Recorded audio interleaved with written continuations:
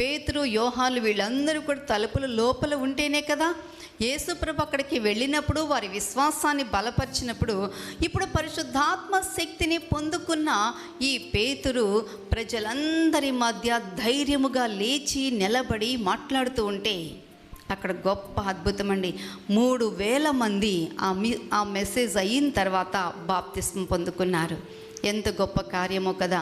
అలాగే 4వ అధ్యాయంలో చూసినట్లయితే అక్కడ మరలా అధికారుల ఎదుట సైతము కూడా ఈ పునరుద్ధానుడైన యేసును గూర్చి మాట్లాడుతూ, మీరు మాట్లాడితే ఊరుకునేది లేదు, మీకు జైలు శిక్ష పడుతుంది అని అంటే, అయ్యా మీ మాట వినట శ్రేష్టమా, దేవుని మాట వినట శ్రేష్టమా అని చెప్పి అధికారులనే ప్రశ్నించి వారిని గడగడలాడించిన విశ్వాసం అండి వారిది. ఏది మరి మన విశ్వాసం? మరి మనం ఎక్కడ ఉంటూ ఉన్నాం? మన విశ్వాసాన్ని బట్టి ప్రజలు ఆ పునరుద్ధానుడైన క్రీస్తుని చూడగలుగుతూ ఉన్నారా? ఆ తర్వాత ఈ సత్యం అండి, అనేక మంది ప్రజలు కూడా బాధలు అనుభవించడానికి సజీవ సాక్ష్యముగా తమ జీవితాలు అప్పగించడానికి